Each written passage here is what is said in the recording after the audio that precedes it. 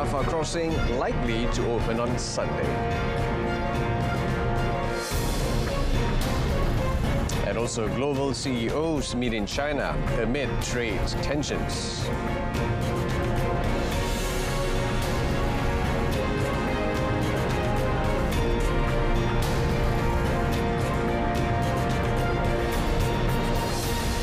Salam Malaysia Madani, I'm Brenda Lepol. The Rafah border crossing between Egypt and Gaza is likely to be open on Sunday, according to Israeli Foreign Minister Gideon Saar, who was quoted by Italian media on Thursday.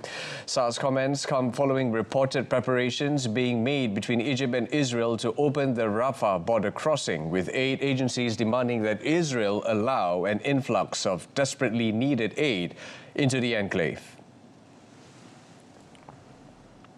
Israel said that preparations were ongoing for the opening of the border for the movement of people back into Gaza, reaffirming that aid would not be allowed entry through Rafah, but through separate border crossings with Israel. UN agencies have demanded that the Rafah border crossing be open for aid, as stressed by the UN's relief chief, Tom Fletcher. Who've been working for this moment for months now. We've been begging to get this access, begging to get the trucks moving at scale. Our WFP colleagues here, they've got 250 trucks of food back there ready to go in. You can see the Egyptian Red Crescent have just gone in. We've just watched 20 of their trucks go through. And we know how to do this. We know how to shift aid at massive scale. And when the politics align, we can save hundreds of thousands of lives. As the fragile ceasefire holds, Hamas has returned a further 2 bodies of Israeli captives. Hamas reiterated its commitment to the ceasefire deal late on Thursday, adding that they are keen to hand over all the remaining bodies of captives. At least 14 Palestinians killed by Israel have been received by Gaza's hospitals since dawn on Thursday, according to Palestinian news agency Wafa, which notes that 8 were recovered from under rubble. On a related note, Israeli military operations have left Gaza Strip facing its worst structural damage and humanitarian crisis in modern history. Israeli operations have generated roughly 70 million tons of rubble and left around 20,000 unexploded munitions scattered across the enclave.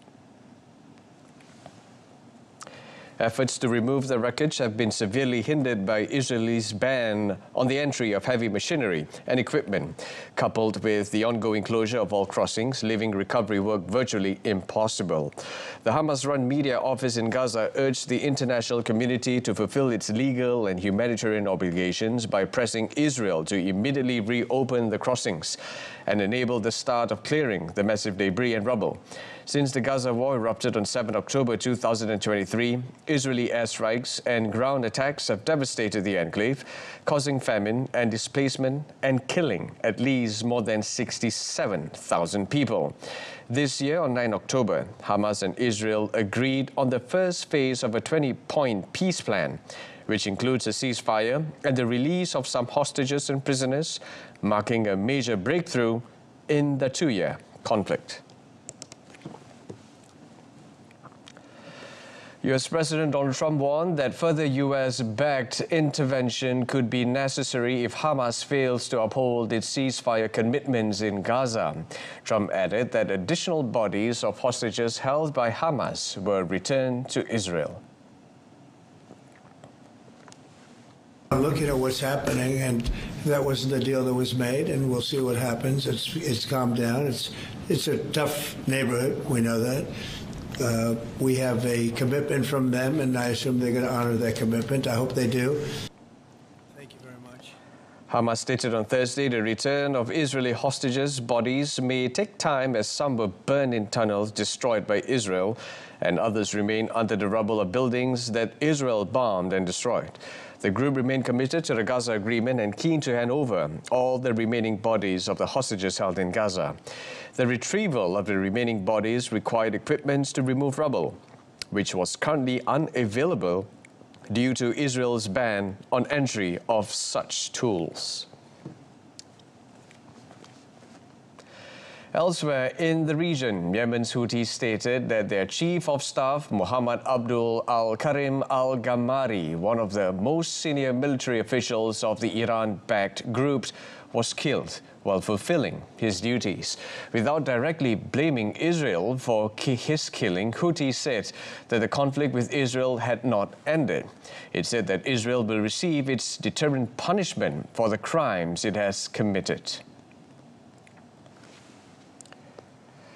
In August, Israel targeted the Houthi group's chief of staff, defense minister and other senior figures in airstrikes on Sana'a in Yemen, in which the Prime Minister of Yemen's Houthi-run government and several other ministers were killed. Israel had said that the airstrike had targeted the Al-Gammari defense minister and other senior officials and that it was verifying the outcome. Gammari was a member of the Houthis' Jihad Office, led by Abdul Malik al-Houthi, which is responsible for overseeing military operations. The Houthis' leader, Abdul Malik al-Houthi, said last week that the group will monitor Israel's compliance with the Gaza ceasefire.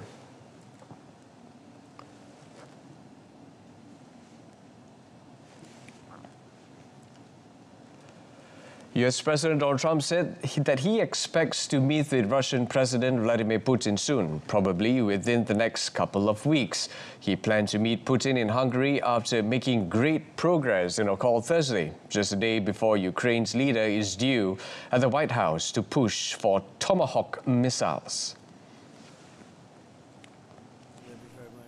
I mean, we have a problem. They don't get along too well, those two, and it's sometimes tough to have meetings, so we may do something where we're separate but equal. We'll meet and talk to parties, but this is a terrible relationship the two of them have, and it's one of those things.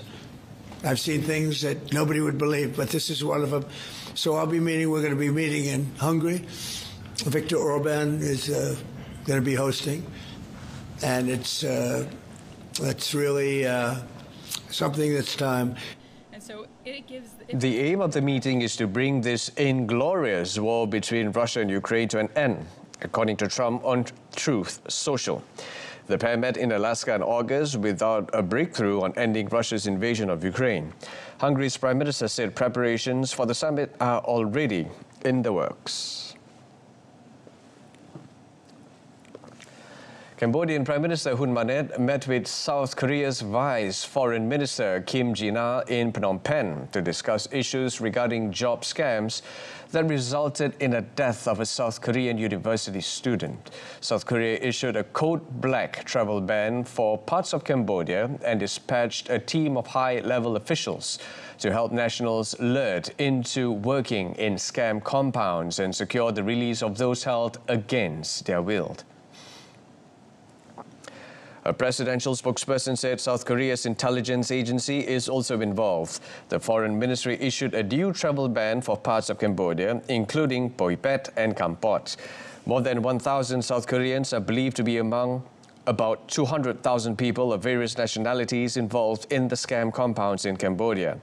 The Cambodian government rejected allegations of inaction and said the human rights group's report was exaggerated. The United Nations estimates the scam centers, which have emerged in Southeast Asia since the COVID-19 pandemic, generate billions of dollars in revenue for criminal networks every year. It targets victims around the world through phone and online scams.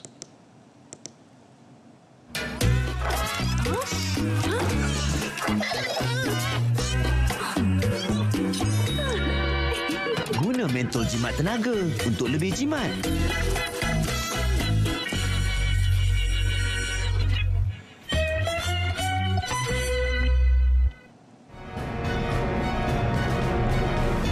Canada brushes off calls for retaliation against US over tariffs. Stay with us.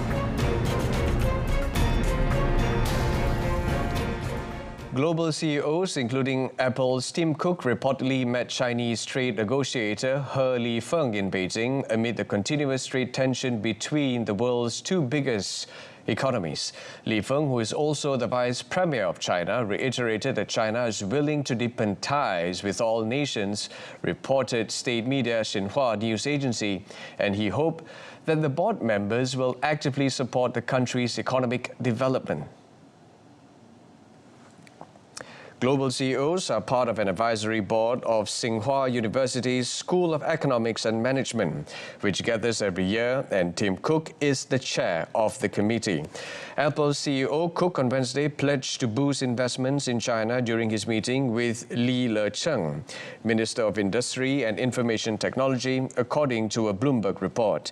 He also outlined a donation to Tsinghua University.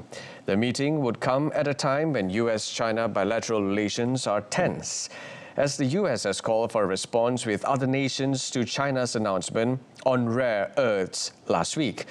Chinese government has justified its moves as defensive actions after the US announced new restrictive measures targeting China.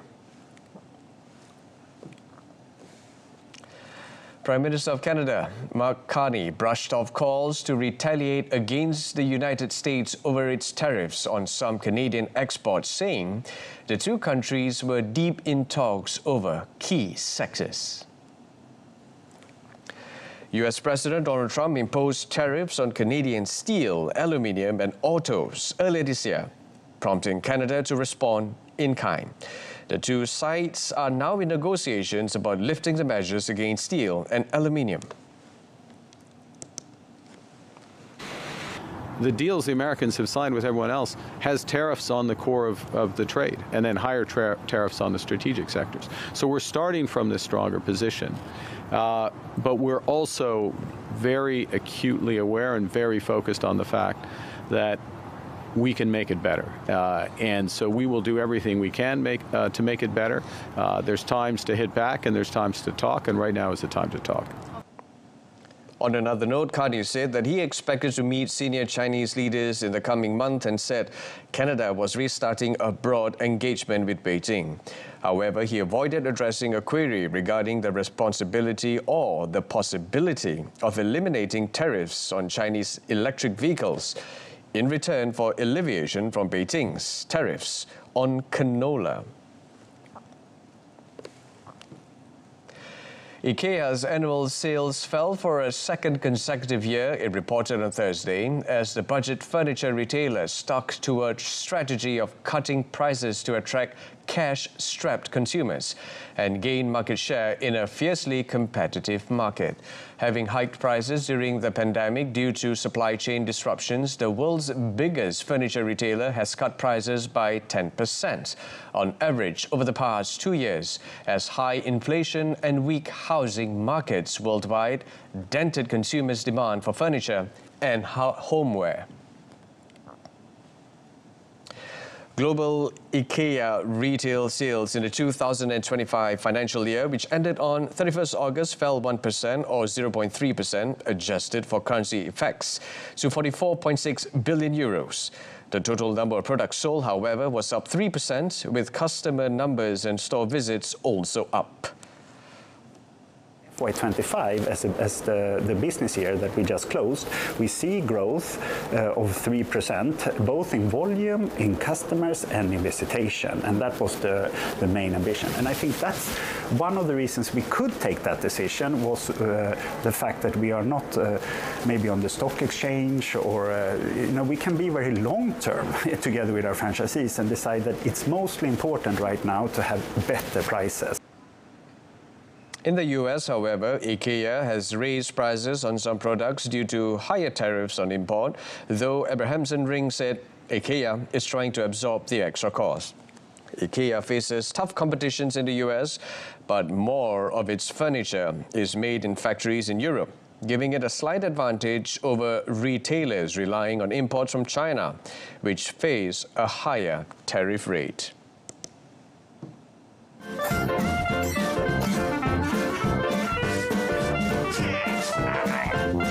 Bersihkan penapis penghawa dingin dan tetapkan 24 darjah Celsius untuk lebih jimat.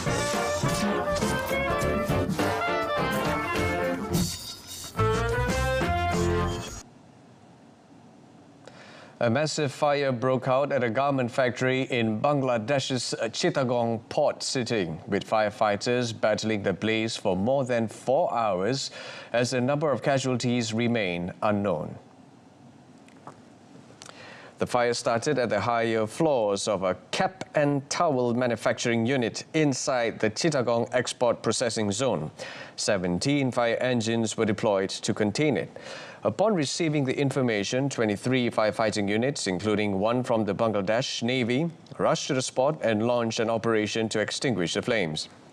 The cause of the fire and the number of people inside the factory were not immediately clear. It was the second major industrial fire in Bangladesh this week, following a chemical warehouse explosion in the capital Dhaka that killed at least 16 people. Bangladesh's worst fire took place in 2012 when a blaze ripped through a garment factory on Dhaka's outskirts, killing at least 111 people and injuring more than 200 others.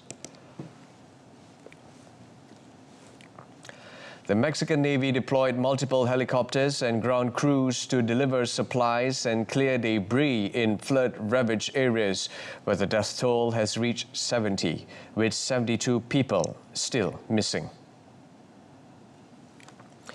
Navy pilot Carlos Gregorio said crews are conducting several flights daily using Mi-17, Black Hawk and Panther helicopters to deliver supplies, conduct aerial reconnaissance, survey damaged roads and monitor river flows in the affected regions.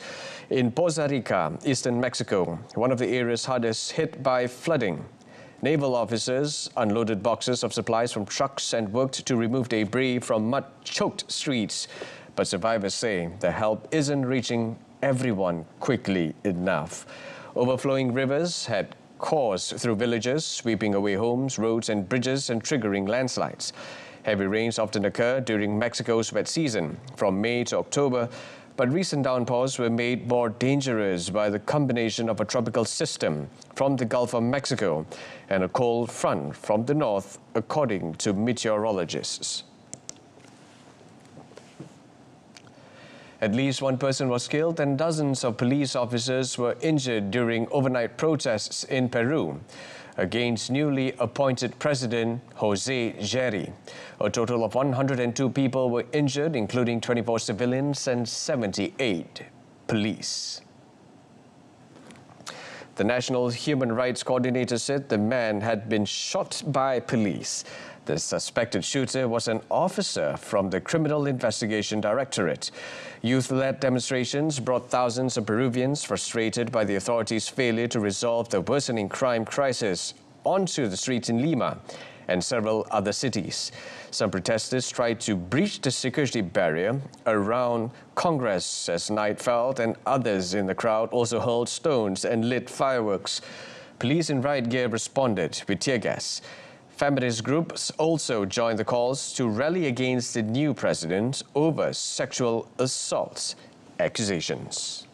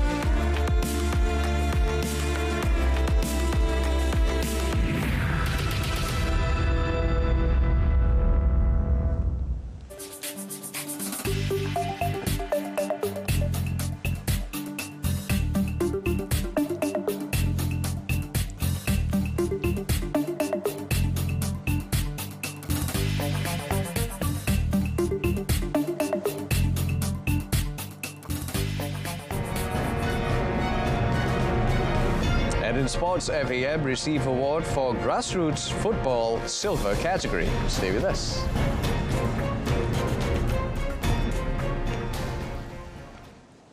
The Football Association of Malaysia, FAM, have won the AFC President's Recognition Award for Grassroots Football Silver category. The Asian Football Confederation, AFC, on Thursday night honoured leading national associations in grassroots football development during the AFC Awards Riyadh 2025 ceremony held at the King Fahd Cultural Centre in recognition of their efforts to promote football as the continent's most popular sport. The UAE Football Association, UAEFA, received the AFC President Recognition Awards for Grassroots Football Gold category, while the Football Association of Malaysia won the Silver category and the Bangladesh Football Federation received the Bronze category. The FAM was recognized for providing a structured pathway of development for all children in Malaysia through the Liga Suparimau project, all an inclusive grassroots football program for 5 to 17 years old. FAM Honorary President Tan Sri Haji Hamidin Haji Muhammad Amin received the award on behalf of FAM. The award saw FAM overcome challenges from the Guam Football Association, GFA, and the All India Football Federation, AIFF. Meanwhile, according to an AFC statement, the UAEFA made remarkable progress in expanding the game's grassroots base through community tournaments and initiatives, including the Open Leagues in Dubai and Abu Dhabi, and age group festivals for players under 7, 8 and 9 years old across various emirates. Indonesia have parted ways with its Dutch national men's national soccer team coach, Patrick Kluivert, after nearly 12 months on the job, the country's soccer federation said on Thursday, citing a mutual agreement. Kluivert's departure follows Indonesia's devastating loss on Saturday in Jeddah against Iraq, ending their chances to qualify for next year's World Cup in the United States. The Federation on social media said that after an open, full and respectful discussion, both parties agreed to end the partnership. It, however, did not state the reason for the termination. Indonesia were looking to qualify for the World Cup for the first time since the country claimed independence from the Netherlands in 1945, and their progress to the fourth round of Asia's preliminaries was the country's best performance to date.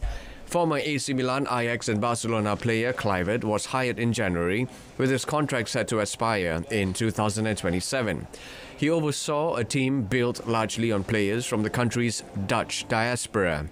The Dutchman took over following the controversial sacking of South Korean Shin Tae-yong. Kluivert's previous coaching role was in charge of Adana Demirspor of Turkey for 5 months in 2023. Before that, he was caretaker manager of Curaçao in 2021. Two national mixed doubles pair have secured at least one spot in the semi-finals of the 2025 Denmark Open Badminton Championship as they are scheduled to face each other in an all-Malaysian quarterfinals today. The country's top pair and world number 4, Chen Tangje to Yue, had no trouble advancing to the last 8 after defeating Chinese duo Gao Jiasuan Wu Mingying 21-14, 21-11 in the second round action at the Yaiska Bank Arena, Odense on Thursday. The victory means Tangje Yue will face compatriots Go Sun Huat, Siobhan Lai Jami, who had already advanced after eliminating Japanese pair Yuichi Shimogami Sayaka Hubara 21-18, 21-13. However, national women's doubles pair Pelitana Tina crashed out in the second round after being stunned by a defeat to world number 55 pair from Japan, Arisa Igarashi, Chiharu Shida, 21-18, 21-9. Earlier, national men's doubles pair, Noor Mohammad Azrin Ayub Tan Wee Kyung created an upset by ousting world number 1 pair from South Korea, Kim Won-ho, Seong Seung-jae, with a straight game victory of 21-19, 21-14. The world number 24 pair will continue the challenge in the quarterfinals against the tournament's 5th seeds from China, Liang Wei-keng, Wang Chang. The final for the lucrative Six Kings Slam is set with Carlos Alcaraz slated to take on Jannik Sinner after the two best-ranked players in the world each won their semi-finals in Riyadh on Thursday. Sinner, ranked number 2 in the world, is one of 6 of tennis's top players taking part in the new exhibition in Riyadh, Saudi Arabia. and made light work of 24-time Grand Slam champion Djokovic to move into Sunday's final. The Italian fired 10 aces en route to beating the world number 5 ranked Djokovic 6-4, 6-2 in just over an hour. Sinner broke Djokovic in the third game of the first set, and from then on it was an uphill battle for the 38-year-old Serb. Sinner continued his momentum to close out the affair in just over an hour as he takes on his old nemesis Alcaraz in the final after the Spaniard defeated Taylor Fritz by the same scoreline in the earlier semi-final. Alcaraz meanwhile put away Fritz of the United States 6-4, 6-2 in another dominant display. The American had 14 unforced errors compared to 7 from Alcaraz. Sinner and world number 1 Alcaraz will have a rest day on Friday and return to Riyadh's A&B Arena on Saturday for the final. The exhibition tournament offers a reported $1.5 million in appearance money, with the winner's check totaling $6 million. As the 2025 WTA season nears its conclusion, Jasmine Paolini and Elena Rybakina remain in contention for the final qualification spots at the WTA finals in Riyadh. Both players have advanced to the Ningbo Open quarterfinals, keeping their chances alive for the season-ending event scheduled from 1st to 8th November. The Ningbo Open has effectively become a decisive stop on the calendar, with valuable points and confidence at stake. For Paolini and Rybakina, every win in Ningbo could be the difference between booking a ticket to Riyadh or narrowly missing out. Paolini's 6-2, 7-5 win over Veronika Kudermetova in the second round brought her closer to what could be a career milestone, being her first WTA final appearance. The Italian next faces succeed Belinda Bencic.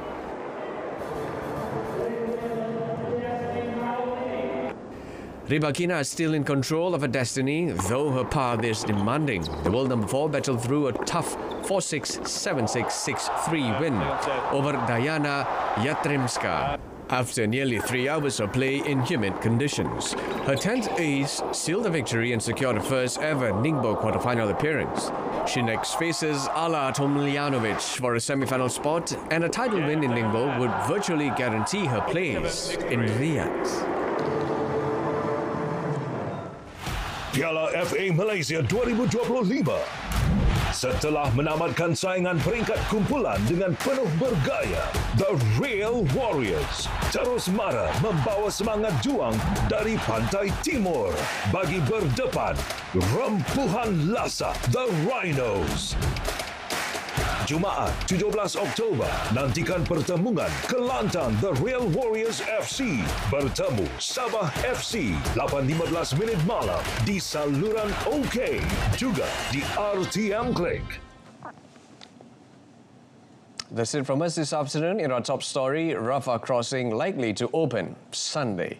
Malaysia Tonight comes on at 8:30 p.m. this evening on TV1 and MyTV's Berita RTM news channel. Till then, I'm Brenda Paul, Malaysia Madani, Rakyat, Disantuni. Thanks for watching and take care.